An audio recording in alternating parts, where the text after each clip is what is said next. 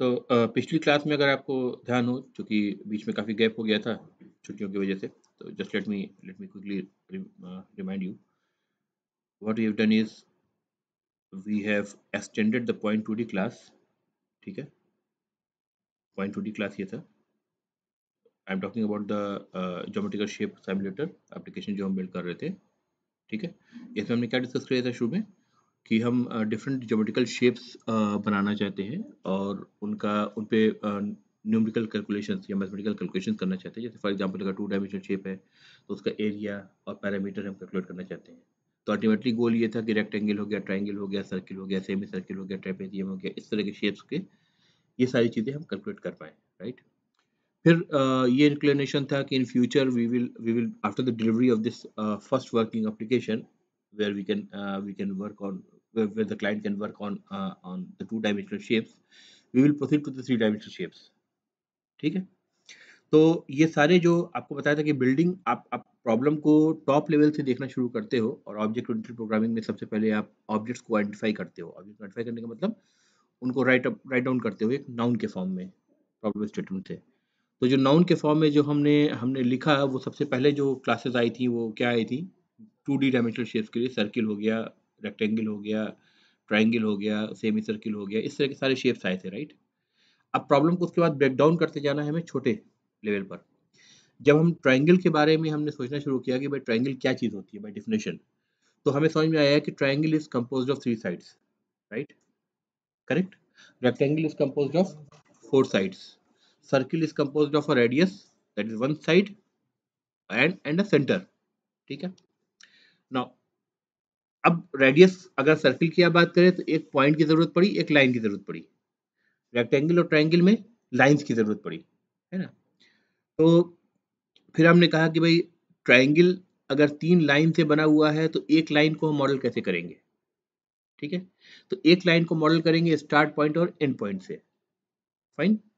Start point हमें पता है, एंड पॉइंट पता है, तो एक लाइन हमारी ड्रॉ हो जाएगी। Will start drawing from the start point to the end point, ठीक है? That's why we said a triangle has 3 sides और in turn side is of the type line class. तो लाइन क्लास हमने बनाया था, ठीक है? Similarly a rectangle has 4 sides. A circle has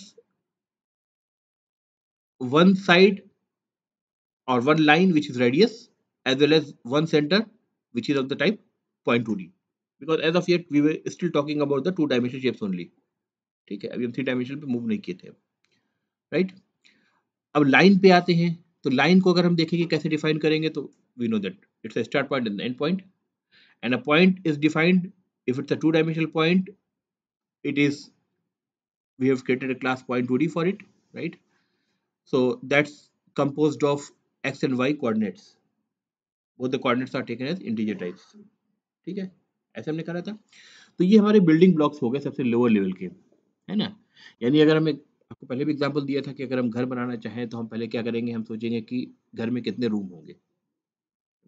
room बनाना चाहे तो हम सोचेंगे उसमें कितने वॉल्स होंगे, वॉल्स के बारे में सोचेंगे, वॉल्स एज एन ऑब्जेक्ट, ठीक है? वॉल्स अगर हमें बनाना है तो सोचेंगे उसमें क्या ब्रिक्स लगेंगे, ठीक है? तो हमने सबसे पहले हमें चूंकि ज्योमेट्रिकल शेप बनाने थे तो हमने ट्रायंगल या रेक्टेंगल से शुरू करा, फिर सोचा वो किससे बने हुए हैं, वो साइड से बने हुए, लाइन से बने हुए, फिर लाइन से हमने ब्रेक डाउन करा, पॉइंट्स पे आए। अब पॉइंट्स को फर्दर ब्रेक डाउन करेंगे तो किस में आएंगे, एक्स या वाई कोऑर्डिनेट सिस्टम पे आएंगे, ठीक है? फिर हमने इन पे क्या करा था, गेटर सेटअप मेथड्स थे और उन पे कुछ आपके कंस्ट्रक्टर्स थे, नो और कंस्ट्रक्टर भी था, टू और कंस्ट्रक्टर भी था, राइट? फाइन। इसमें हमने डेलीगेशन यूज करा था, this was call to the constructor, another constructor, like this is a call to the two arg constructor, ठीक है? ये कोड हमने देखा था। सिमिलरली जब पॉइंट 3D क्लास हमने बनाया है तो पॉइंट 3D हमने 3 डायमेंशनल पैकेज के अंदर बनाया, 3 डायमेंशनल एंटिटीज पैकेज के अंदर बनाया, राइट? और इसमें हमने क्या करा था, इसमें हमने सिंपली क्या करा कि बस एक कोऑर्डिनेट एक्सटेंड किया which is z, so that is why we called as point 3D is also an extension to point 2D, ठीक है? टिपिकली इसको इनहेरिटेंस के थ्रू जो रिलेशनशिप बनती है उसको हमने क्या कहा था, इज रिलेशनशिप होती है ना? और अगर हम पॉइंट की बात करें, point is composed of two coordinates, और point has two coordinates, a line has two points, a triangle has three lines और थ्री साइड्स, ठीक है? But a point 3D is a point 2D, ठीक है, क्योंकि पेरेंट क्लास के reference variable से हम चाइल्ड क्लास के ऑब्जेक्ट को रिफर कर सकते हैं। थोड़ी सी डेफिनेशन ट्विक करनी पड़ेगी, जैसे हम कहेंगे point 3D is a point 2D for z is equal to 0, that means z should lie at the origin, ठीक है, मैथमेटिकल डेफिनेशन में ट्विक करनी पड़ेगी। अदरवाइज इनहेरिटेंस के हिसाब से, चूंकि हम इनहेरिट कर रहे हैं पॉइंट 3D को पॉइंट 2D से, तो ये आपकी डेफिनेशन सेटिस्फाई हो रही है, करेक्ट। तो इधर रिलेशनशिप भी हो रही है, और हम क्या कह रहे हैं, point 3D is an extension of point 2D, that means we are defining something extra apart from what we get through inheritance from point 2D, and that extra is the z dimension or the z coordinate, ठीक है, and then we define the getter and setter methods for that z coordinates, because we already have got getter and setters for x and y from point 2D, so we do not need to redeclare them, right? Now similarly, the way we had two constructor in point 2D class, we had created a two constructor in point 3D class. One is knower constructor and one is a 3R constructor, ठीक है, a summary from the last class. इसके आगे भी हमने कुछ discuss करा था, लेकिन मैं अज्यूम करता हूँ, चूंकि काफी दिन गुजर गया है, तो इसके आगे से मैं आपको फिर से लेके चल रहा हूँ, ठीक है।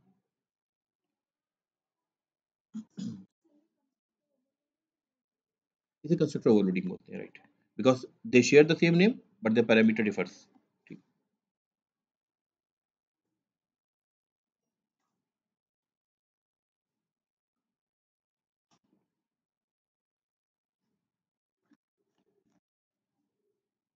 अच्छा, आपको ये बताया था कि मैंने कि दिस के साथ अगर डॉट लगाते हैं, जैसे यहाँ पे लगा रखा है, तो डॉट लगा के हम वेरिएबल्स को या मेथड्स को एसेस कर सकते हैं। जिसका मतलब सेम ऑब्जेक्ट जिस पे अभी काम हो रहा है, जिस पे कंट्रोल आया है, राइट।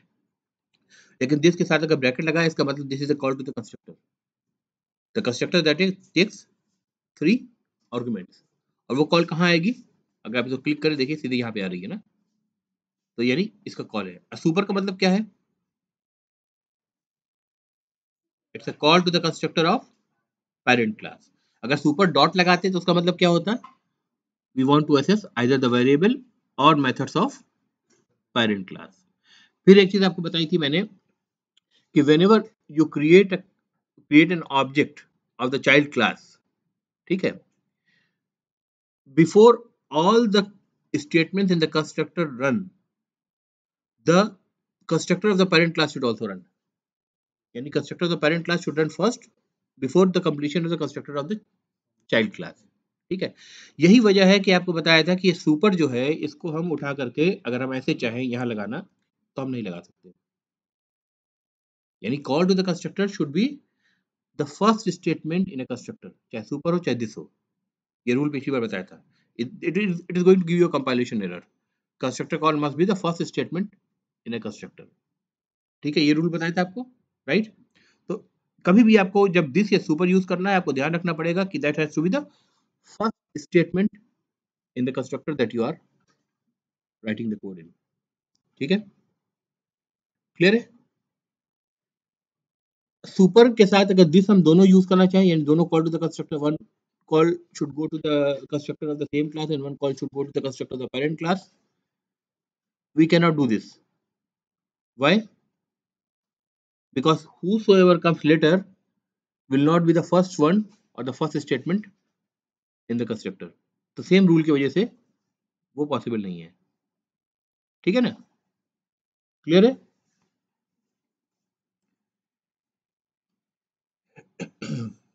एक इंटरेस्टिंग चीज और आपको दिखा देते हैं, 1 मिनट के लिए इसको मैं कमेंट कर रहा हूँ, ठीक है, और इसकी जगह मैं क्या कह रहा हूँ, दिस,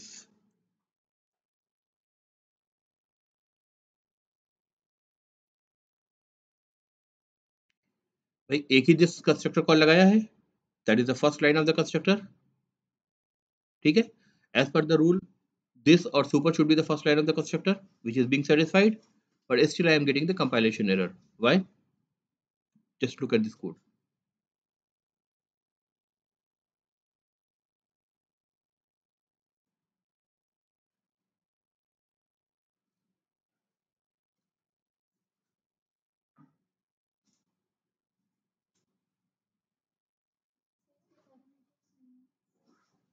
हाँ, अगर पैरामीटर नहीं है तो ये किसको कॉल करेगा, इस वाले कंस्ट्रक्टर को कॉल करेगा, यानी डेलीगेशन हो रहा है। जैसे यहाँ से हमने कॉल इधर करा था, जिससे 3 पैरामीटर वाले को कर दिया था, तो जब तक ये था तब तक तो ठीक है, लेकिन जब वहाँ से भी हम ये सेम काम कर रहे हैं तब हमें दिक्कत आ रही है, कंपाइलेशन एरर हो रही है और दोनों जगह दिखा रहा है कंपाइलेशन एरर। ना, ना, ऐसा कुछ नहीं है, कोई मसला नहीं सर, ऐसा कोई मसला नहीं है। उसके लिए भी आप प्रोटोटाइप डिफाइन करते थे। फिर सी प्लस प्लस में जो सी 2011 के स्पेसिफिकेशन आ गया, उसमें इसकी जरूरत भी नहीं रह गई थी। That is something you are talking some 25 years back. ठीक है, अगर आप कंपाइलर अभी भी उसका यूज कर रहे हैं तो इस वजह से आपको ऐसा लग रहा है।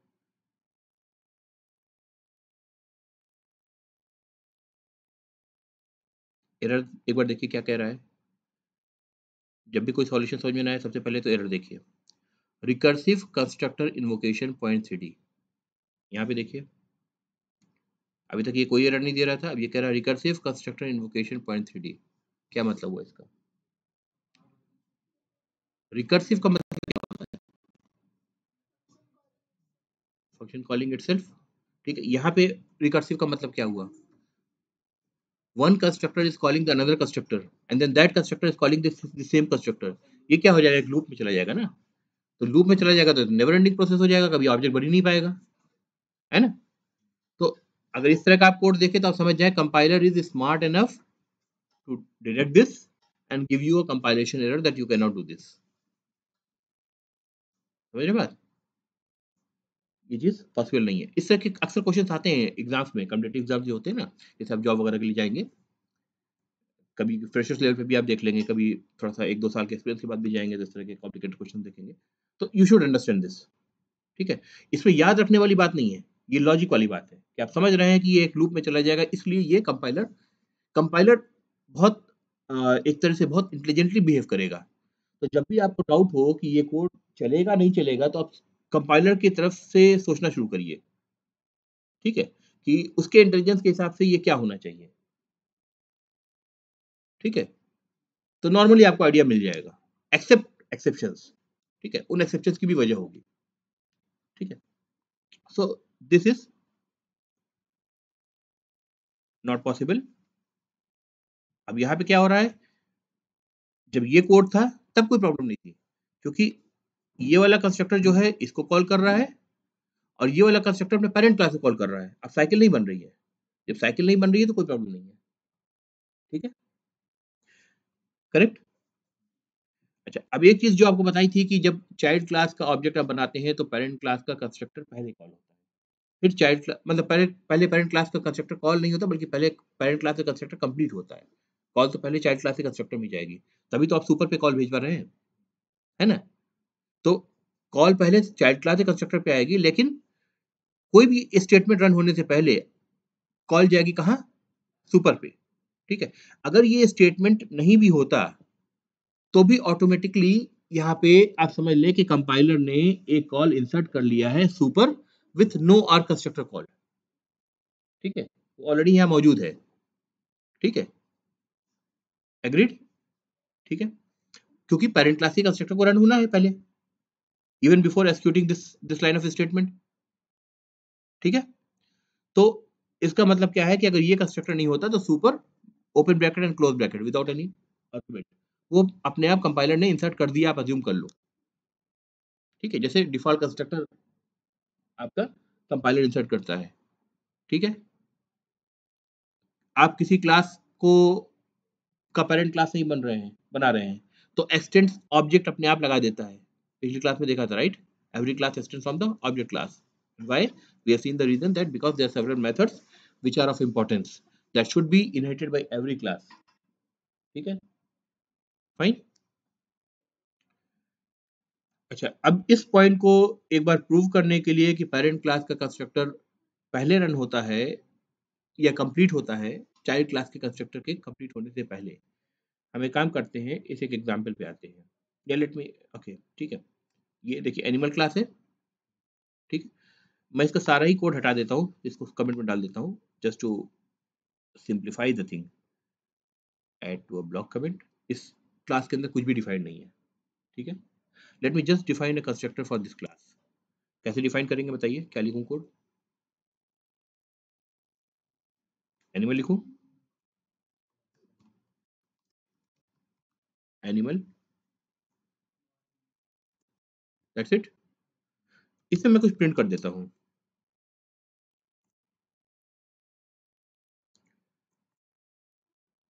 इन the constructor of animal class. Fine, message में कॉपी कर लूं। ठीक है, तो अभी एनिमल क्लास में आपको सिंप्लिसिटी के लिए मैंने सिर्फ एक कंस्ट्रक्टर बना के छोड़ा है, कुछ मेथड नहीं है, कुछ भी नहीं है, right. Now let's go to say for example line class. ठीक है, इसके भी सारे कोड को मैं उठा के कमेंट में कर दे रहा हूँ, कुछ नहीं है। ठीक है, आप सिर्फ सिर्फ कंस्ट्रक्टर पे ध्यान दें। ठीक है, कोई भी कोड नहीं है। अब इस क्लास का मैं कंस्ट्रक्टर बनाना चाह रहा हूँ। Lion extends animal, animal is the parent class, lion is the child class, animal is the super type, lion is the sub type, right. Animal is generalization, lion is specialization. ठीक है, lion is an extension to animal, lion is a animal. ठीक है, the different ways of saying this, but every sentence has a, a focus on a different meaning. When I say lion extends animal, that means I want to say not only just lion inherits everything animal has, but it can declare any properties or any methods or behavior of its own also, which is an extension. ठीक है, correct. When I say specialization and generalization, that means by saying generalization, I want to say that the parent class animal has got the code which is common to every child classes. ठीक है, generalisation, generalise code ऊपर चला गया common जगह पर। Specialisation उसके special versions, तो line is a special kind of animal. ठीक है, fine. Line is a animal, जब मैं ये कहना चाह रहा हूं तो मैं ये बताना चाह रहा हूं कि because lion is a animal statement satisfy हो रहा है, that means I can use animal a is equal to new lion. ठीक है, I can also say animal a is equal to new animal, I can also say animal a is equal to new cat, because cat is extends animal. ठीक है, correct. Now let me define a constructor for this line class, and let me put a print statement here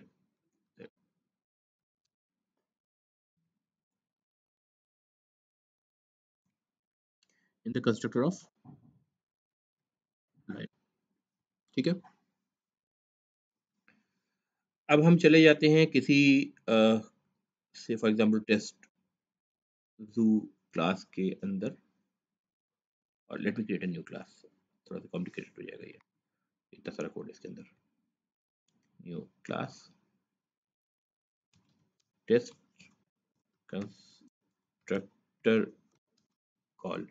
ठीक है, public static void main, एक नई class बना ली main method के साथ। इसके अंदर मैं क्या कर रहा हूँ, lion l equal to new lion. Fine, correct. अब बस ये कोड रन होना है, यानी ऑब्जेक्ट बनना है लाइन का। तो क्या हमें कुछ आउटपुट मिलेगा स्क्रीन पर? क्या आउटपुट मिलेगा?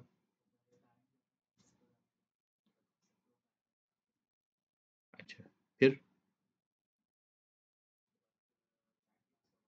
चाइल्ड क्लास का रन होगा और चाइल्ड क्लास का कंस्ट्रक्टर कॉल होगा, है ना, और उसमें जो कुछ है वो प्रिंट हो जाएगा, राइट। इसका मतलब सबसे पहले ये जो आपने कोड लिखा हुआ है टेस्ट कंस्ट्रक्टर, ये जो कॉड कॉल है ये क्या है? न्यू के बाद जो क्या है, इधर जो लाइन लिखा है ये तो टाइप है, इधर जो है ये क्या है? कॉल टू द कंस्ट्रक्टर है, कॉल टू द कंस्ट्रक्टर है। That means I want to say at the run time the JVM should create a new object by calling a newer constructor, right? That means this statement, the right hand side of the statement, when executed, will take me to this constructor, right? और आपको बताया कि यहाँ पे जो कि आपने कोई भी दिस या सुपर का कॉल नहीं लगा रखा है, तो ऑलरेडी यहाँ पर कोड इस टाइप का कंपाइलर ने इंसर्ट कर दिया होगा। ठीक है, चाहे मैं इंसर्ट कर दूं चाहे कंपाइलर इंसर्ट कर दे। तो यानी इस स्टेटमेंट के रन होने से पहले कॉल कहाँ गया होगा? पेरेंट क्लास के कंस्ट्रक्टर, यानी कहां पर? यहां पर। और तो पहला मैसेज जो प्रिंट होगा वो क्या प्रिंट होगा, इन the constructor of animal class. उसके बाद कंट्रोल वापस आएगा कहाँ पर, लाइन क्लास पे। ये स्टेटमेंट रन हो गया, तब ये अगला स्टेटमेंट, अब कंस्ट्रक्टर जो लाइन क्लास का है उसके स्टेटमेंट अब एग्जीक्यूट होने शुरू होंगे, because the constructor of the parent class should complete before the completion of the child class constructor. इस चाइल्ड क्लास का भी एक और चाइल्ड क्लास होता है, तो वही सेम आप हायरार्की अज्यूम करते हैं, ठीक है। पहले चाइल्ड क्लास कंस्ट्रक्टर में कंट्रोल जाता, लेकिन फिर उसके पेरेंट क्लास के में आता, फिर उसके पेरेंट क्लास में जाता, पेरेंट क्लास कंप्लीट करता, फिर उसके चाइल्ड क्लास को कंप्लीट करता, फिर child to the child class को कंप्लीट करता, करेक्ट। तो अभी मैं इसको कमेंट कर देता हूँ, क्योंकि मैं अज्यूम कर रहा हूँ कंपाइलर ने इंसर्ट कर रखा है, ठीक है। मैं सिर्फ क्या करने जा रहा हूँ कि इस स्टेटमेंट को रन करने जा रहा हूँ जिसमें एक ऑब्जेक्ट बन रहा है।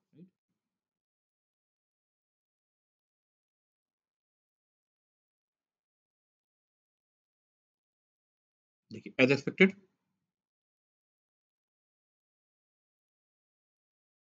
प्रॉब्लम नहीं है, सही है सब कुछ, ठीक है, fine. Now coming to have a look at this code. ये कल हमने लास्ट क्लास में डिस्कस भी करा था।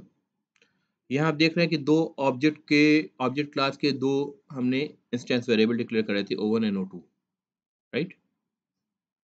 और इन दोनों को हमने O1 और O2 को किसमें पास करा था, प्रिंटलन में। और कल आपको लास्ट क्लास में ये भी इनफैक्ट मैंने दिखाया था कि O1 डॉट अगर आप करें तो क्या दिख रहे हैं आपको, सारे मेथड दिख रहे हैं जो ऑब्जेक्ट क्लास से आ रहे हैं। We have told you that object class is a super class of all classes. So these methods are common to all class objects. अगर आप कोई क्लास से क्लास पॉइंट 2D आपने बनाया, ठीक है, उसको एक्सटेंड किया पॉइंट 3D से, क्लास पॉइंट 3D बनाया, उसको किसी भी चीज से एक्सटेंड नहीं किया, तो इसका मतलब वो अपने ऑटोमेटिकली वो अपने आप ऑब्जेक्ट क्लास से एक्सटेंड हो चुका है। और चूंकि point 3D is an object and point 2D is a point 3D, sorry, point 2D is an object and point 3D is a point 2D, so point 3D is also an object, ठीक है। ये relation सही होगा, यानी ये methods जो हैं ये ऑब्जेक्ट क्लास के अंदर हैं, ये मेथड्स पॉइंट 2D क्लास के अंदर भी हैं, ये मेथड पॉइंट 3D क्लास के अंदर भी है। पॉइंट 3D क्लास का भी अगर हम चाइल्ड बनाए पॉइंट 4D से फॉर एग्जांपल, तो उसके अंदर भी ये पहुंच जाएंगे, ठीक है। तो ये मेथड कॉमन है, जनरलाइज वर्जन है, और इसीलिए ऑब्जेक्ट क्लास में डाला गया है, राइट, ताकि सारे क्लासेस जो भी आप बना रहे हैं सबके अंदर ये मौजूद रहे। फाइन। कैसे वेरीफाई करेंगे, आप देखिए P3 का हमने ऑब्जेक्ट बनाया है ना, P3 डॉट अगर आप प्रेस करें तो देखिए इक्वल्स, ठीक है, ऑब्जेक्ट टाइप ले रहा है, बूलियन रिटर्न कर रहा है, किस क्लास से आ रहा है, ऑब्जेक्ट क्लास से आ रहा है, हाइफन के बाद जो है किस क्लास का पार्ट है वो दिखा रहा है। क्लास, गेट क्लास मेथड किससे आ रहा है, ऑब्जेक्ट क्लास से आ रहा है।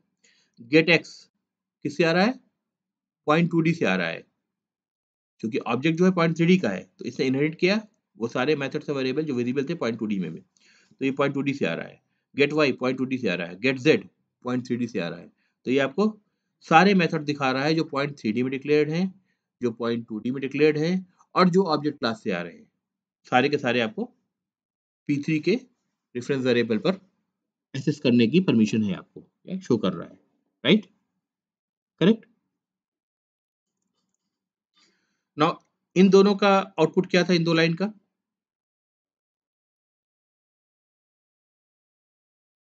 O1 को हमने system dot out dot println के अंदर पास कर दिया, O2 को system dot out dot println के अंदर पास कर दिया। ये प्रिंट करेगा स्क्रीन पर, क्या प्रिंट करेगा, ऑब्जेक्ट O1 का स्ट्रिंग रिप्रेजेंटेशन और ऑब्जेक्ट O2 का स्ट्रिंग रिप्रेजेंटेशन। और ऑब्जेक्ट O1 और O2 का स्ट्रिंग रिप्रेजेंटेशन जो होगा वो क्या होगा, वो कुछ इस टाइप का होगा,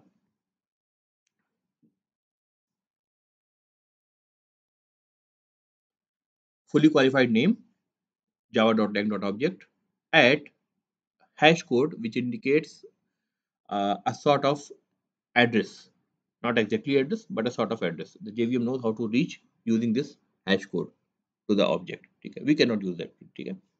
तो ये दोनों आप देख रहे हैं अलग अलग है, क्यों अलग अलग है, O1 अलग ऑब्जेक्ट है, O2 अलग ऑब्जेक्ट है। अगर इसकी जगह हमने लिखा होता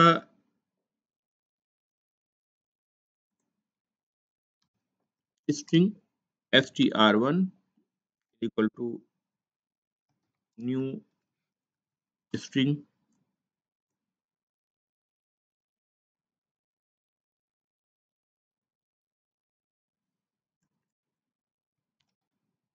hello. Come in. वालेकुम अस्सलाम. And string str2 is equal to new string hello. ये कोड हमने लिखा है, ठीक है. और O1 O2 की जगह हम क्या रिप्लेस कर देते हैं, इन दोनों को मैं कमेंट कर दे रहा हूँ.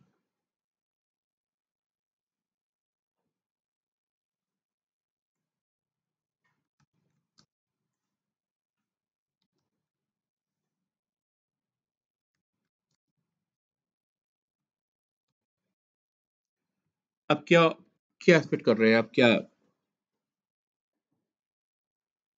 क्या आउटपुट आएगा, दोनों की वैल्यू प्रिंट होगी. फाइन. सेम वैल्यू होगी, डिफरेंट होगी, सेम होगी. कैसे वेरीफाई करें.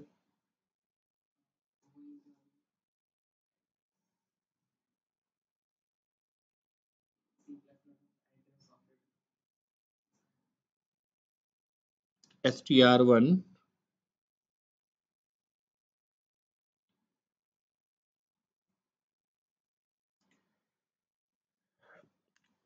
str1 जो स्ट्रिंग रिप्रेजेंटेशन हेलो प्रिंट कर रहा है, इसका मतलब क्या है, ये एक्चुअली क्या कर रहा है, टू स्ट्रिंग मेथड को कॉल कर रहा है, राइट.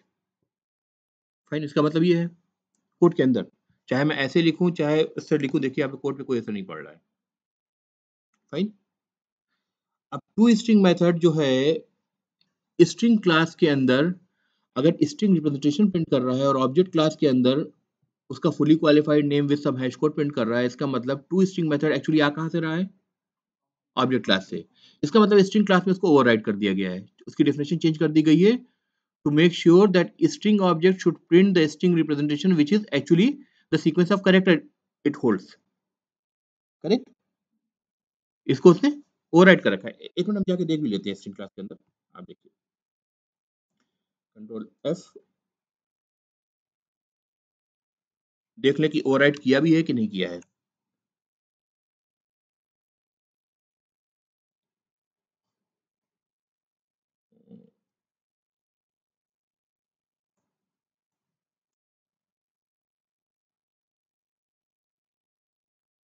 कई जगह कॉल है इसका.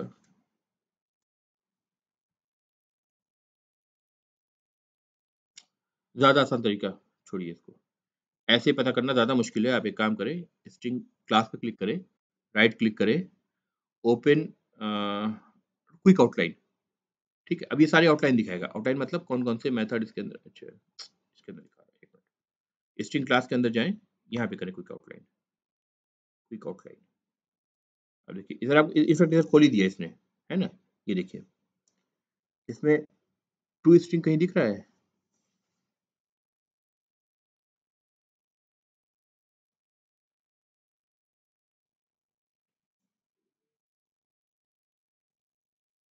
दिखा. इसकी डिफिनेशन देखिए, रिटर्न दिस, इस ऑब्जेक्ट को रिटर्न कर रहा है, राइट, है ना.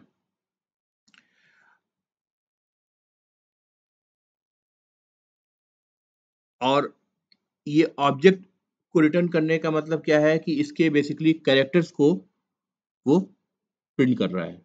ठीक है.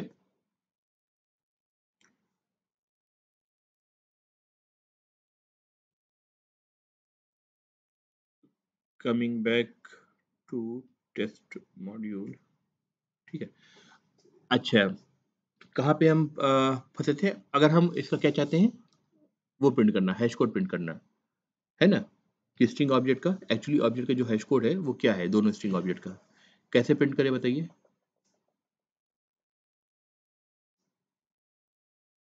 कोई तरीका.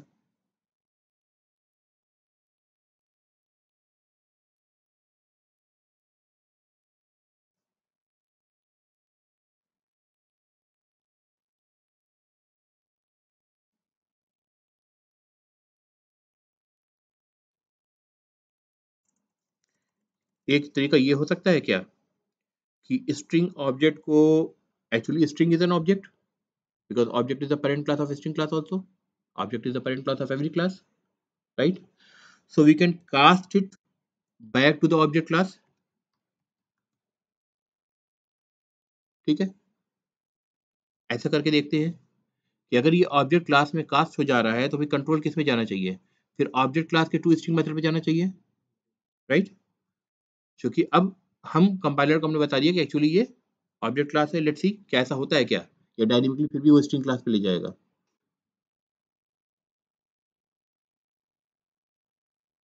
ना। ठीक है, हाँ, अगर बस पूरी चीज पे अगर मैं क्या करूं कि कास्ट करने के बाद अब अगर मैं टू स्ट्रिंग मेथड कॉल करूं, सॉरी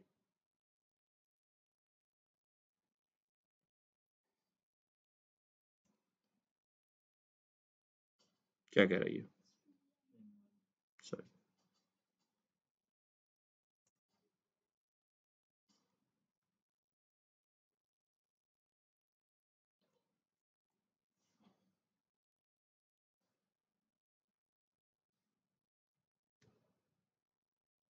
अब देखिए क्या आउटपुट मिलता है हमको। बाय डिफॉल्ट वो किसको पिक कर रहा है, स्ट्रिंग को ही कर रहा है। कोई और तरीका कि हम इसका हैश कोड पता कर सकें?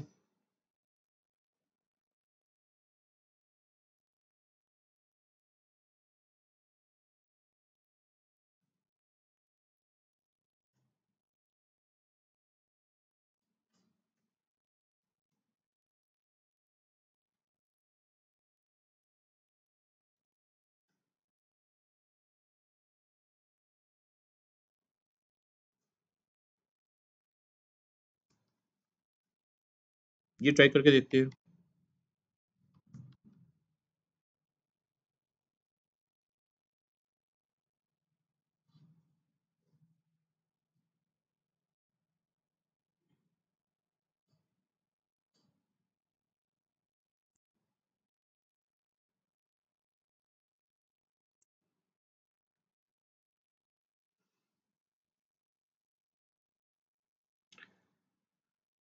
क्यों ऐसा हो रहा है? याद है animal a is equal to new lion और ए डॉट ईट कर रहे थे, तो भले ही टाइप एनिमल का डिक्लेयर कर रखा है, कॉल किस पे जाता है dynamically,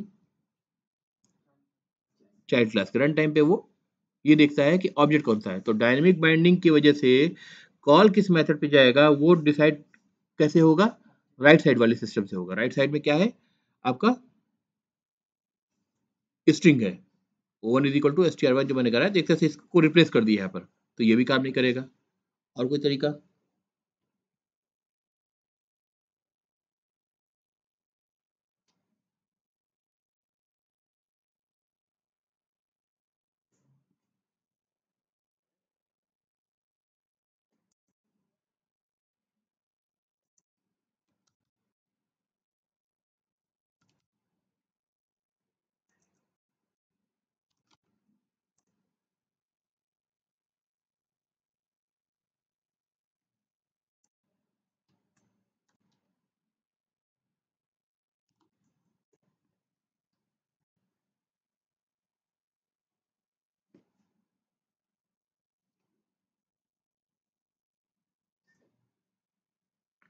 hash code string one string two, hash code तो हम प्रिंट कर पा रहे हैं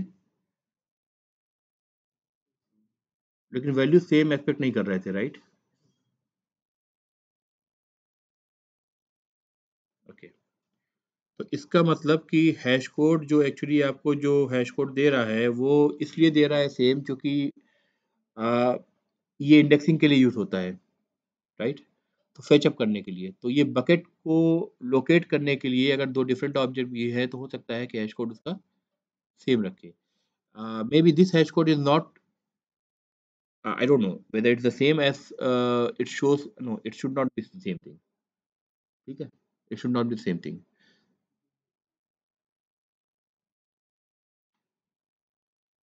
no it should be the same thing because equals hash code दोनों कॉल होता है आपको, ठीक है, ठीक है। लेकिन ये इसका मतलब ये नहीं है कि दोनों ऑब्जेक्ट जो हैं आपके सेम लोकेशन पे है, लोकेशन अलग अलग है। क्योंकि अगर सिंपली हम ऐसे कर लें कि str1 इफ, आपको ये होगा कोड याद होगा, if str1 double equals to str2, ठीक है, तो whether we will get true और फॉल्स, इसको हम करें system dot out dot println true, else system dot out dot println false. तो इस कंडीशन में क्या आउटपुट आएगा, इस कंडीशन में फॉल्स आ रहा है ना। तो एक्चुअली ऑब्जेक्ट तो अलग अलग बन रहे हैं। Hash code basically quick find करने के लिए ऑब्जेक्ट को यूज करता है जेवीएम, ठीक है, करेक्ट।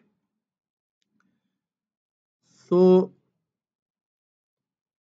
एक तो उस कोड को प्रिंट करने का तरीका ये हो गया कि हम हैश कोड मेथड को कॉल कर लें, ठीक है। और कोई तरीका भी हो सकता है क्या? हैश बेटा बेसिकली एक डाटा स्ट्रक्चर है।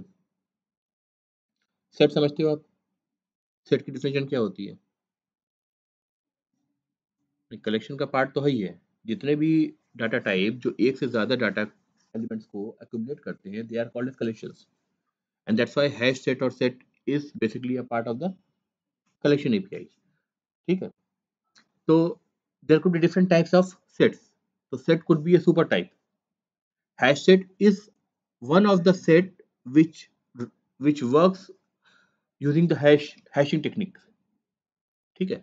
सेट की डिफिनेशन क्या होती है बेसिकली?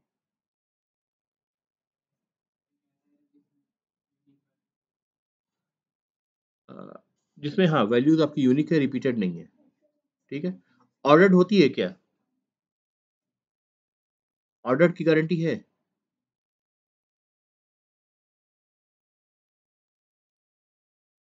गूगल करो फोन में, whether set is ordered data structure और not, whether set is an ordered data structure और नॉट।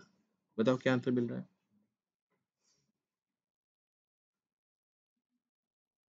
ऑर्डर का मतलब समझ रहे हो ना? जैसे अरे में अगर आपने इंडेक्स 0 पोजीशन फिर 1 पोजीशन फिर 2 पोजीशन इंसर्ट करा है, तो उसी पोजीशन से आप उसको रिट्राइव कर सकते हो, राइट। सो सेट में क्या है, एक तो बात पता चल गई कि रिपीटेशन ऑफ एलिमेंट्स पॉसिबल नहीं है सेट में, यूनिक एलिमेंट होने चाहिए। अरे या डायनेमिक अरे में पॉसिबल है, ठीक है।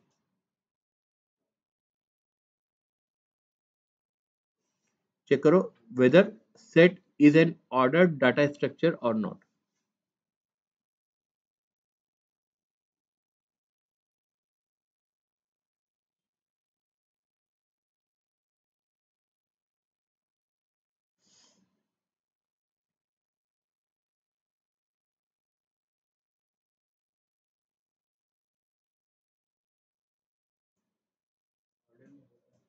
ऑर्डर में होता है,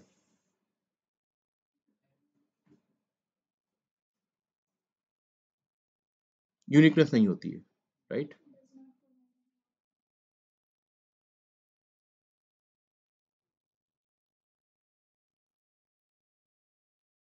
यहाँ पे नेट चल नहीं रहा है, वरना मैं सेट की ऑडिट नहीं होती है बेटा, नहीं होगी, सेट की ऑडिट नहीं होती है, ठीक है।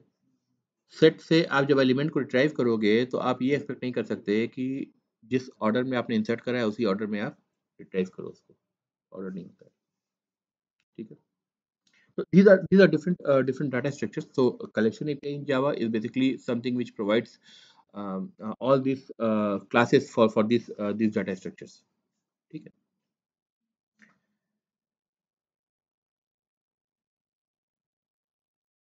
तो अच्छा ये अभी मैं ओपन क्वेश्चन रख रहा हूँ कि जैसे वैसे तो हैश कोड हमने प्रिंट करके देख लिया है, ठीक है, कि आपका इस कंडीशन में सेम हैश कोड आ रहा है। अच्छा इसकी जगह कोड थोड़ा सा मैं अगर चेंज करूँ, जैसे मैं ऐसा करता, पहले भी हम देख चुके हैं, बताइए क्या आउटपुट आएगा इस कंडीशन में इफ एल्स का।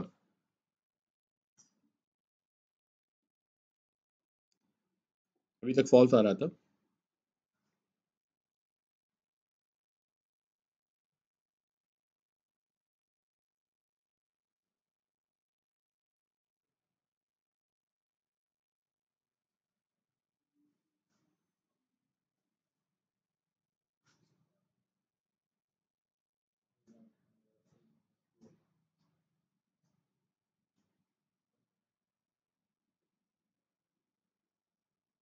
ट्रू आएगा या फॉल्स आएगा? ये शॉर्टकट है बेसिकली, ये टेक्निक है इक्वल टू को आप यूज करके डायरेक्टली। एक्चुअली ये भी मतलब हेलो जैसे कंस्ट्रक्टर में आप पास करते हैं नॉर्मल, अगर किसी क्लास का ऑब्जेक्ट बनाए तो स्ट्रिंग के लिए और सारे ही जो आपके रैपर क्लासेस होते हैं इनके लिए शॉर्टकट होता है। जैसे integer i is equal to 5 directly आप कर सकते हैं, राइट? तो वैसे string str2 is equal to hello आपने डायरेक्टली लिख दिया, तो it's a kind of a shortcut. लेकिन अब तक जो आउटपुट आपको सेम स्ट्रिंग पे आउटपुट अभी आप फॉल्स दिखा रहा था, राइट? यानी दोनों अलग अलग ऑब्जेक्ट बन रहे थे। अब क्या होगा, ये अलग अलग ऑब्जेक्ट बनेंगे या सेम ऑब्जेक्ट बनेंगे?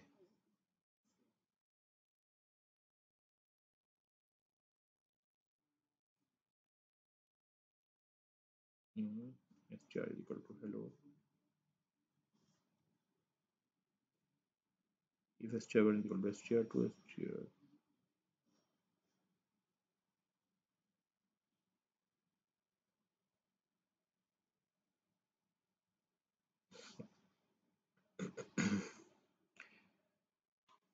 आइडियली इसको इस कंडीशन में ट्रू करना चाहिए था, but because it depends upon JVM.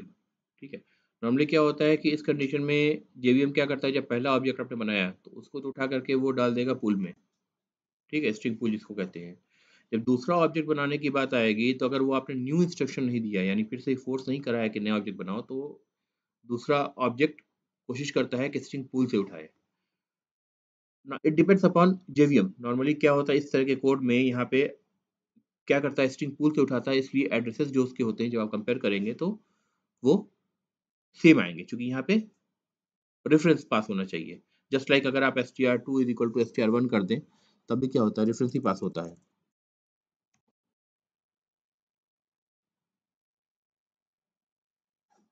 ठीक है, तो अगर इसको आप, या तो मैंने कुछ स्पेलिंग मिस्टेक तो नहीं करी है, अपर केस लोअर केस का कुछ? Let's see. हाँ, अभी तो ये फॉल्स दे रहा है for some reason, I don't know what. But normally मैंने देखा है कि इस कंडीशन में ट्रू प्रिंट करता है। इनफैक्ट हमने पहले क्लास में देखा भी है इसको, अगर आपको ध्यान हो तो।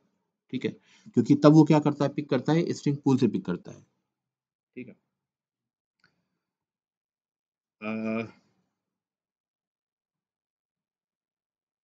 बट अल्टीमेटली ये जेवीएम पे डिपेंड करता है कि वो क्या कर रहा है।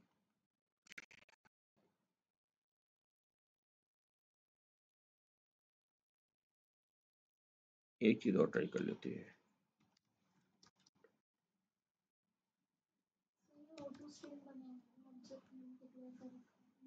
हैं? क्या कर रखा है?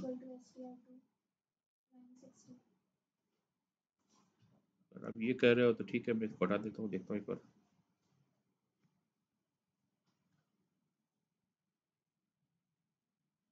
ना, वो रीजन नहीं है, क्योंकि उससे क्या फर्क पड़ेगा, मेरे ख्याल से लॉजिकली कोई फर्क नहीं पड़ना चाहिए।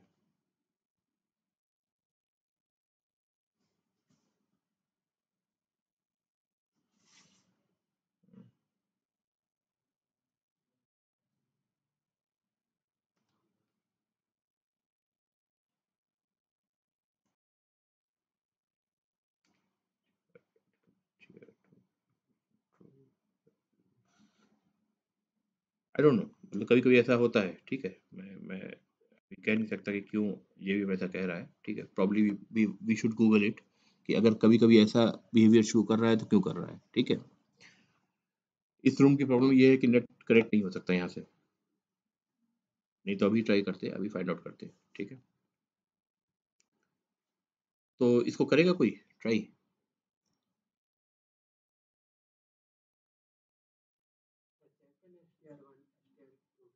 नहीं, हम एक्सपेक्ट कर रहे हैं कि इस कंडीशन में जो हमने कोड यहाँ लिखा है, इस कंडीशन में इसको हेलो str2 जो है इसका नया ऑब्जेक्ट नहीं बनना चाहिए। नया ऑब्जेक्ट नहीं बनना चाहिए तो ये कंडीशन जो आपका है वो क्या होना चाहिए, फेल होना चाहिए। फेल होना चाहिए तो एल्स पे आना चाहिए। ठीक है, एल्स पे आना चाहिए तो इसको, हाँ तो एल्स पे आके तो फॉल्स ही तो प्रिंट कर रहा है, करेक्ट है ना? नहीं, इक्वल होगा तो ट्रू प्रिंट करेगा, राइट? इसको फेल नहीं करना चाहिए बल्कि पास करना चाहिए, इसको ट्रू प्रिंट करना चाहिए, राइट? हम ये एक्सपेक्ट कर रहे हैं। रेफरेंस है, राइट?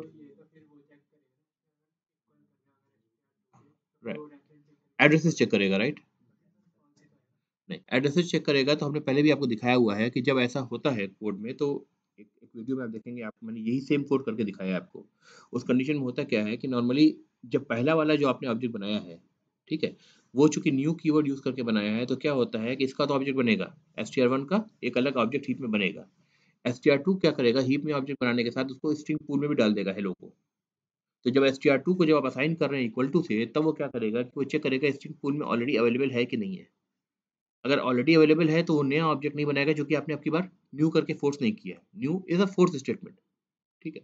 तो जब फोर्स नहीं करेगा तो उसी का एड्रेस उठा करके str2 में डाल देगा। तो अब दोनों रेफरेंस वेरिएबल सेम हो गए। जब दोनों रेफरेंस वेरिएबल सेम हो गए तो हमें ट्रू मिलना चाहिए, राइट? That's the point. हमने ये करके देखा भी है क्लास में पहले, ठीक है? Maybe I I am not able to figure out if I am doing anything wrong. कुछ मैं गलती कर रहा हूँ या आपको कुछ ऐसा लग रहा हो तो बताइए, मुझे तो नहीं दिख रहा है कुछ ऐसा।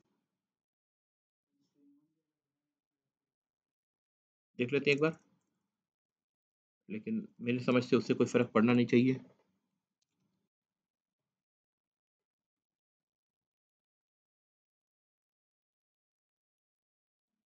यहाँ ट्रू कर रहा है। लेकिन रूल डेफिनेशन की ये है कि अगर आप न्यू भी यूज़ करके कर रहे हैं, तो वो एक न्यू कॉपी बनाएगा और न्यू कॉपी बनाने के साथ एक स्ट्रिंग पूल में डालता है। अगर ये बेसिक डेफिनेशन जावा के नए वर्जन्स में कुछ अगर ट्वीक किया होगा, तब ये पॉसिबिलिटी है कि ये ट्रू प्रिंट नहीं कर रहा है। अदरवाइज़ अगर आप नया ऑब्जेक्ट भी बना रहे हैं, तो नया ऑब्जेक्ट का एक कॉपी स्ट्रिंग पूल में हीप के साथ वो डालता है। str2 is equal to new string क्या?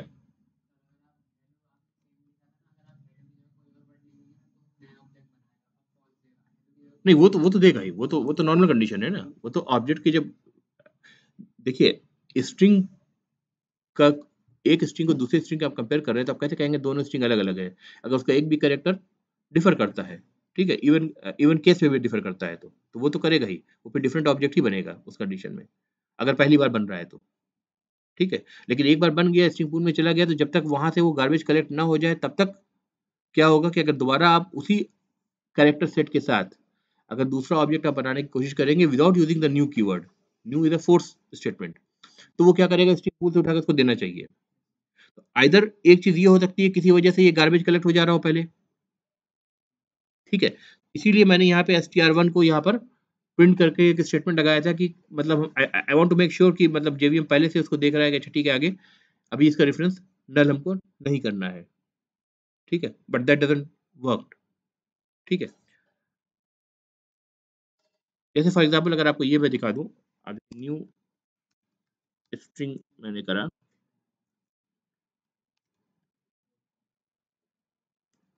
अब देखिए फ़ॉल्स आ गया। फ़ॉल्स क्यों आ गया? भले ही पहला वाला जो ऑब्जेक्ट बना था वो स्ट्रिंग पूल में गया था, लेकिन न्यू से आपने जेवीएम को फ़ोर्स कर दिया था कि नया ऑब्जेक्ट अब भी बनाओ, चाहे एक्सिस्ट करता हो चाहे ना करता हो, रेफरेंस मत रिटर्न करो। तो उसने क्या करा यहाँ पे, रेफरेंस रिटर्न नहीं करा बल्कि नया ऑब्जेक्ट बना के उसका एड्रेस रिटर्न करा, ठीक है? लेकिन यही चीज़ जब ये थी, तो पहला ऑब्जेक्ट बना, वो स्ट्रिंग पूल में भी साथ में गया, हीप के साथ। दूसरा ऑब्जेक्ट बना str2, तो उसने स्ट्रिंग पूल से उठा लिया, नया ऑब्जेक्ट नहीं बनाया, राइट? इसलिए हमें जो रिस्पॉन्स मिला था वो क्या मिला था? ट्रू मिल गया था। Now this should also be valid for the statement जब हम ये कह रहे थे।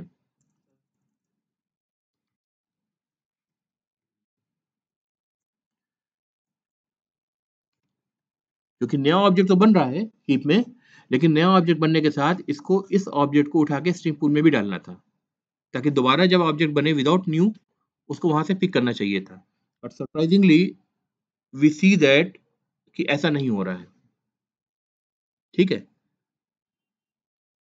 तो ओल्ड स्पेसिफिकेशन जो मुझे ध्यान है, उसका मतलब तो यही है कि अगर आप न्यू से ही बना रहे हैं और चाहे नॉर्मल बना रहे हैं, अगर आप पहली बार बना रहे हैं, मतलब double equal to single equal to use करके भी असाइन कर रहे हैं, तो दोनों ही कंडीशन में अगर नया ऑब्जेक्ट बन रहा है, फर्स्ट टाइम बन रहा है, तो वो स्ट्रिंग पूल में भी लैंड करेगा, ठीक है? सेकंड ऑब्जेक्ट अगर न्यू यूज किए बिना बन रहा है, तो स्ट्रिंग पूल से ही उठाएगा, ठीक है? अगर इस डेफिनेशन में कुछ इन्होंने चेंजेस करा होगा, ठीक है? तो उस कंडीशन में हो सकता है कि ये वाला स्टेटमेंट जो हमें एक्सपेक्टेड बिहेवियर नहीं दे रहा है, उसका रीजन ये हो सकता है, ठीक है। बार बार वर्जन आते रहते हैं, कुछ चीजें तो करते थे, कई बार वो परफॉर्मेंस के लिए करते हैं, कई बार दूसरे रीजन होते हैं, ऑप्टिमाइजेशन से बहुत सारे रीजन होते हैं, maybe we do not know. ठीक है, तो one thing we can do is we can dive in a little deep, try to Google out and figure out what's happening actually. तो अगर आप इस तरह का कोड डालें तो चेक करेंगे, हो सकता है किसी ब्लॉग वगैरह पे, टेक्निकल ब्लॉग पे आपको इसका आंसर मिले। It's something which has to be figured out, एक रिसर्च करके। प्रॉब्लम कितने लोग समझ पाए हैं? चलिए गुड, अगर इतने लोग समझ पा रहे हैं तो बहुत अच्छी बात है। ठीक है, तो ये फिगर आउट करने की चीज है। कई बार ऐसा होता है कि आप, भाई मैं तो सालों से जावा यूज कर रहा हूँ, राइट, लेकिन फिर भी नए नए वर्जन आते रहते हैं, कई बार हमें सरप्राइज मिलती है। So we can actually find out to understand how the language behave.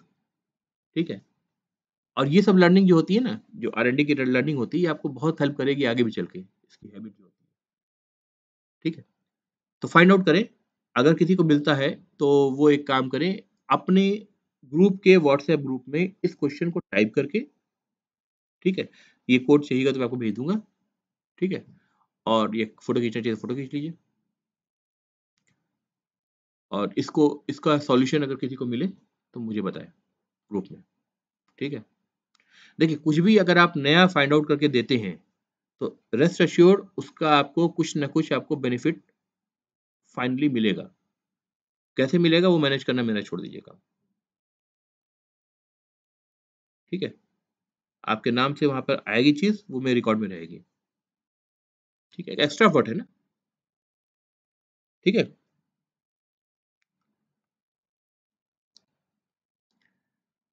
Okay, थोड़ा सा स्टक कर गया हमारी हमारी डिस्कशन यहीं पर, इसलिए हम आगे बहुत ज्यादा नहीं बढ़ पाए, अदरवाइज इसको आगे बढ़ाना था। हाँ, स्ट्रिंग पुल बेसिकली देखो होता क्या है ना, कि अब जैसे आप एक फाइल रीड कर रहे हो, फॉर एग्जांपल मैं कह रहा हूँ, तो जब आप फाइल रीड कर रहे हो तो क्या हो रहा है, उस फाइल में कुछ वर्ड्स जो आपके हैं स्ट्रिंग अगर टाइप का है, बार बार रिपीट होगा, है ना। जैसे is, the, I, am, are, where, इस तरह के वर्ड्स बार बार रिपीट होंगे। तो अगर आप एक एक पूरी पूरी फाइल को रीड कर रहे हो और एक एक वर्ड को अगर आप पार्स कर रहे हो फॉर सम रीजन, ठीक है, हर एक का ऑब्जेक्ट बना रहे हो फॉर सम रीजन, ठीक है, हर वर्ड का, तो क्या होगा कि इन इन रिपीटेड वर्ड्स के बहुत सारे ऑब्जेक्ट बनेंगे। तो बहुत जल्दी आपका क्या होगा, हीप रन आउट हो जाएगा, अगर बहुत बड़ी फाइल, गीगाबाइट्स में फाइल है फॉर एग्जांपल। ठीक है, तो उस कंडीशन में स्ट्रिंग के लिए ही नहीं, रैपर क्लासेस के लिए भी जो न्यूमेरिक वैल्यूज होती हैं, अगर वो क्लास के ऑब्जेक्ट से रिप्रेजेंट हो रही हैं, उस कंडीशन में भी ये क्या करता है आपका जेवीएम, कि बेसिकली जब आपने कोई एक ऑब्जेक्ट बनाया, तो उस ऑब्जेक्ट को उठा करके हीप में तो बना ही हुआ है, एक छोटा सा अलग स्पेस से बना रखा है स्ट्रिंग पूल, यानी स्ट्रिंग पूल में डाल करके, जैसे मैंने पहली बार जब इसमें क्या करा था, पहली बार जब मैंने हेलो बनाया, तो उसने क्या करा कि हेलो को का ऑब्जेक्ट तो बनाया, एसटीआर में असाइन कर दिया, हीप में ये ऑब्जेक्ट मौजूद है, साथ में इसको उठा करके स्ट्रिंग पूल एक अलग से रिजर्व जगह है, छोटी सी जगह है, उसमें डाल दिया। अब जो रिपीटेड वर्ड्स हैं उनके बार बार ऑब्जेक्ट बनेंगे, जब बार बार ऑब्जेक्ट बनेंगे तो पहले वो क्या करेगा, हीप की बजाय स्ट्रिंग पूल में जाके चेक करेगा क्या स्ट्रिंग पूल में वो ऑब्जेक्ट, स्ट्रिंग का ऑब्जेक्ट मौजूद है। अगर मौजूद है तो उसका एड्रेस उठा के रिटर्न कर देगा।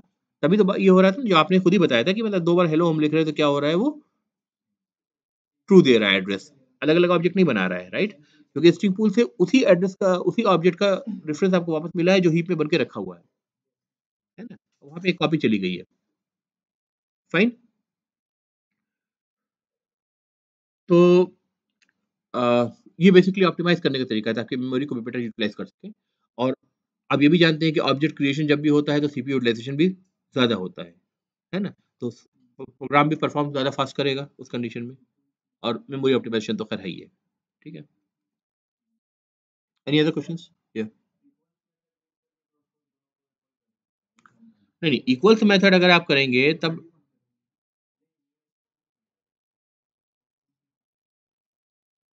देखो, अभी अभी अभी आउटपुट क्या मिल रहा है आपको, इस कंडीशन में क्या मिल रहा है? फॉल्स मिल रहा है, यानी बता रहा है कि इक्वल नहीं है ना? इक्वल्स करोगे तब फिर वो एक्चुअली रेफरेंस वेरिएबल को चेक नहीं करेगा, तब किसको चेक करेगा, वैल्यू को चेक करेगा। ठीक है, तो इक्वल्स अगर आप कह रहे हैं str2, तब आपको क्या मिलना चाहिए, ट्रू मिल रहा है। ठीक है, आपको पहले ही बताया था किसी भी ऑब्जेक्ट को कंपेयर करना है तो आप कभी भी रेफरेंस वेरिएबल को यूज करके कंपेयर नहीं करेंगे, क्योंकि दो ऑब्जेक्ट अलग अलग ऑब्जेक्ट हो सकते हैं, है ना। दो अलग अलग ऑब्जेक्ट के दोनों के एड्रेस अलग अलग होंगे, तो हमेशा इक्वल्स मेथड यूज करेंगे, और इक्वल्स मेथड ही आपको डिसाइड करेगा कि भाई एक्चुअल जो उसकी मीनिंग है वो दो ऑब्जेक्ट की सेम है कि नहीं है। फॉर एग्जाम्पल स्ट्रिंग की इक्वलिटी की मीनिंग क्या है, उनके सारे character along with their case they should be same. ठीक है, अगर हम दो कार को चेक करना चाहें, एक कार वन का एक ऑब्जेक्ट बनाया, एक कार टू का ऑब्जेक्ट बनाया, उसमें डिफरेंट प्रॉपर्टीज हैं, राइट। तो कार वन को अगर कार टू से अगर डबल इक्वल टू से चेक करेंगे तो हमेशा क्या होगा, दोनों के अलग अलग ऑब्जेक्ट बने हैं तो क्या होगा, फॉल्स रिटर्न करेगा। लेकिन इक्वल्स मेथड को हम ओवरराइड करेंगे कार क्लास के अंदर, और ओवरराइड करके हम क्या डिफरेंशियल प्रोवाइड करेंगे कि ये ट्रू उस कंडीशन में रिटर्न करे जब car one dot engine number is equal to car two dot engine number. क्योंकि इंजन नंबर जो है या चेसिस नंबर जो है ये क्राइटेरिया हो गया एक्चुअली कार के कंपेरिजन का। ठीक है, किसी ने कार को चोरी की, जाके पेट ऑन करा दिया, नंबर उसका प्लेट चेंज कर दिया, इंजन नंबर से ट्रैक हो गया, वो होता है ना कई बार ऐसा, है ना। तो इंजन नंबर ट्रैक करेगा बेसिकली कि वही कार है कि कोई और कार है, सही। ठीक है, दो अकाउंट इक्वल है कि नहीं है, अकाउंट नंबर से चेक होगा। यूनिक प्रॉपर्टी, कभी कभी ऐसा भी होता है यूनिक प्रॉपर्टी एक से ज्यादा हो सकती है। ठीक है, जैसे आपने डाटाबेस में पढ़ा होगा, दो प्राइमरी कीज हो सकती है। नॉर्मली ऐसा तब होता है जब एक प्राइमरी की होती है और एक फॉरेन की होती है, दोनों कॉम्बिनेशन होता है डाटाबेस में, है ना। तो ठीक है, फिर यहाँ पे रोकते हैं आज। ठीक है,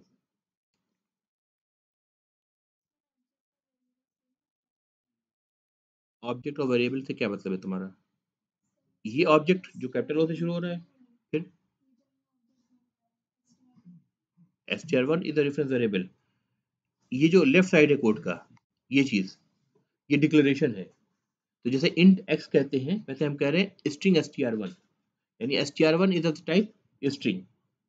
और जब ये जो राइट साइड वाला कोड है ये हमेशा रन टाइम पे रन करेगा, और जब रन टाइम पे रन करेगा तब नया ऑब्जेक्ट हीप में बनेगा जो स्पेस ऑक्यूपाई करेगा। आइडियली ऐसा ही होना चाहिए था कि इसका सेपरेट ऑब्जेक्ट नहीं बनना चाहिए था। ठीक है, लेकिन यहाँ पे हम देख रहे हैं कि दोनों का को जब इक्वलिटी के लिए हम डबल इक्वल टू करके चेक कर रहे हैं तो ये हमें फॉल्स रिटर्न कर रहा है, राइट। ये चीज जो हमें देखा था अभी हमने,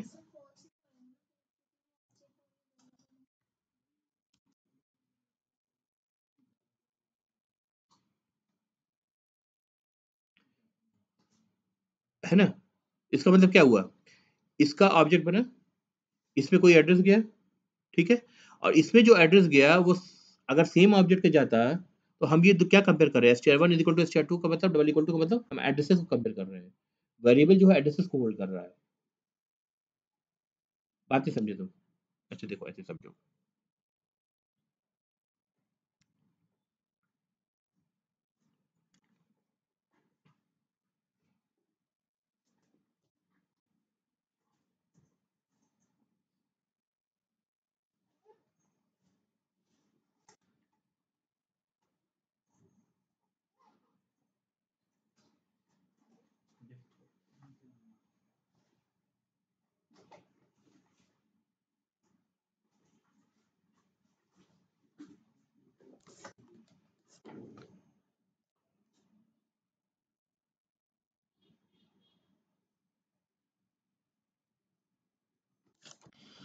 देखो, जब पहला मैंने ऑब्जेक्ट बनाया ऐसा लिखा कोड स्ट्रिंग str1, अगर यहाँ पे छोड़ दिया हमने, ठीक है, तो क्या हुआ कि सिर्फ एक रेफरेंस वेरिएबल बना जो कि नल को पॉइंट कर रहा है, यानी ये पॉइंट किसको कर रहा है अभी तक,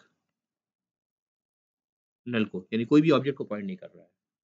ठीक है, जब हमने कहा str1 str1 is equal to new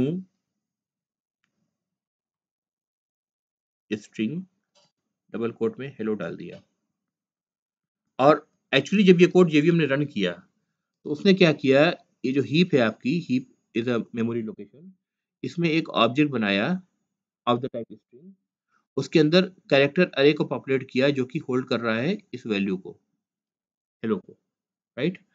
और इसका एक एड्रेस है for example 1 2 3 4 5 6 something, it could be anything, ठीक है, कुछ अगर है तो इस एड्रेस को उठा करके इसने असाइन किया str1 में, यानी str1 को अगर हम प्रिंट करना चाहें, इसके अंदर हमें कुछ इस टाइप की चीज़ मिलनी चाहिए। हालाँकि प्रिंट करने पे ऐसे नहीं मिलेगी, ज़ाहिर-सी बात है, वो तो हैश कोड के साथ पूरा जो उसका रिप्रेजेंटेशन होता है, जैसे ऑब्जेक्ट में आपने देखा था, वो मिलनी चाहिए। और स्ट्रिंग ने चूँकि ओवरराइड कर रखा है टोस्ट्रिंग मेथड को, तो वो स्ट्रिंग की वैल्यू मिलती है। तो इस तरह की कोई चीज़ इसने str1 में डाल दी, जो कि एड्रेस है। जब दोबारा से, अच्छा, इसके साथ मैं अज़्यूम क्या कर रहा हूँ कि इसने जब पहली बार ऑब्जेक्ट बनाया, तो इस ऑब्जेक्ट की एक कॉपी इसने, ये हीप थी और ये थी स्ट्रिंग पूल, इसमें डाल दी। यानी हेलो अब सेम ऑब्जेक्ट यहाँ भी आ गया। सेम ऑब्जेक्ट है मगर, ठीक है। जब दोबारा मैंने कहा str2 is equal to under double quotes not new, new का मतलब नया ऑब्जेक्ट ही बनाएगा। जब मैंने हेलो कहा, तो मैं अज़्यूम ये कर रहा था कि अब की बार ये क्या करेगा कि ये देखेगा पहले स्ट्रिंग पूल में, यहाँ पे हेलो मौजूद है, ठीक है? तो इसको नया ऑब्जेक्ट बनाने की ज़रूरत नहीं, इसके एड्रेस को उठा करके str2 में डालेगा। इसका एड्रेस क्या है? सेम 1 2 3 4 5। तो str2 में भी क्या हो गया? 1 2 3 4 5 चला गया। अब मैं कोड लिख रहा हूँ, if str1 double equal to str2, तो मैं उम्मीद कर रहा हूँ कि str1 की वैल्यू को str2 की वैल्यू के साथ कंपेयर कर रहा है, जो कि एक्चुअली एड्रेसेस है, ठीक है? तो अगर एड्रेसेस है, तो मुझे रिटर्न क्या होना चाहिए? ट्रू रिटर्न करना चाहिए, क्योंकि दोनों के एड्रेसेस सेम है। अनफॉर्चुनेटली अगर मैं ये वाला कोड मैंने फर्स्ट लाइन में लिख रखा है, तो ये फॉल्स रिटर्न कर रहा है। इसकी जगह मैंने सिंपली अगर ऐसे ही डबल कोट्स में हेलो लिख रखा होता, ठीक है? और नीचे भी ऐसे ही str2 is equal to hello कर रखा होता, तब उस कंडीशन में हमें ट्रू मिल रहा है, ठीक है? यही प्रॉब्लम स्टेटमेंट थी ना? तो हम फिगर आउट करना ये चाह रहे हैं कि न्यू के साथ ये स्ट्रिंग पूल में उसको डाल रहा है कि नहीं डाल रहा है। हाँ, ये हमें गोल करके फिगर आउट करना पड़ेगा। आप कोड स्टेटमेंट मतलब चाहे तो कॉपी कर सकते हैं, या कह सकते हैं कि हैश कोड अगर सेम आ रहे हैं, इसका मतलब कि उनकी लोकेशन सेम है, उनकी लोकेशन सेम है, ठीक है। लेकिन फिर भी हमें यहाँ पे ट्रू नहीं मिल रहा था, हमें फॉल्स मिल रहा था।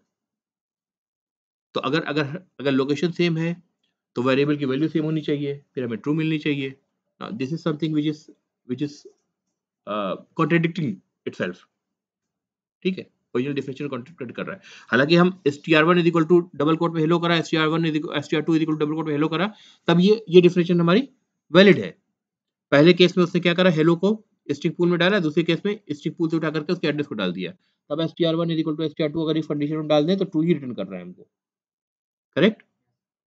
तो इस ये कॉन्ट्रडिक्शन क्या हो रहा है, ये हमें रिज़ॉल्व करना है, ठीक है?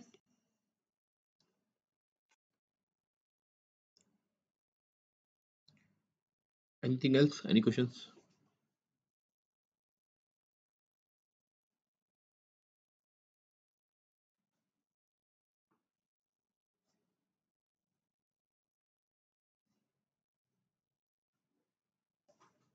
नॉर्मली होता ये है कि जिस टॉपिक से मैं पढ़ा रहा था, अगर उससे पिक कर रहा हूँ, तो ये मैं प्लान करके नहीं आता हूँ कि वो किस डायरेक्शन में जाएगा। और डिपेंड करता है यहाँ बैठने पर कि उस वक़्त दिमाग में क्या आता है। मुझे लगा कोई चीज़ इंटरेस्टिंग है, उसको डिस्कस करना चाहिए आपके साथ, ठीक है? अल्टीमेट पर्पज़ तो सीखना ही है ना? तो उसको डिस्कस करने बैठ जाता हूँ, उसमें कोई नई चीज़ निकल आती है, कई बार ऐसा होता है, ठीक है? और अगर ऐसा निकल आती है, तो वो आपके लिए बेनिफिशियल है ना? क्योंकि ये चीज़ें टेक्स्ट बुक्स में डिस्कस नहीं होती हैं, इस तरह की चीज़ें। वाइंड अप करें?